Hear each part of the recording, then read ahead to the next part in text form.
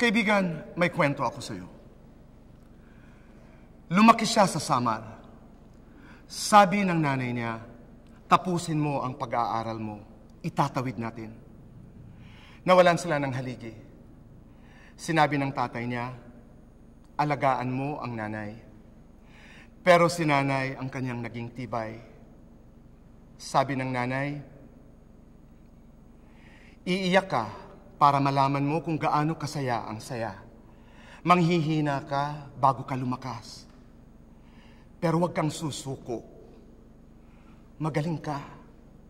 Mahusay ka. Lahat ng yun, pinaniwalaan ko, pinanghawakan ko. When I doubted myself, she always believed in me. Bago pa man magsimula ang laban, sa puso ng nanay ko, panalo na ako.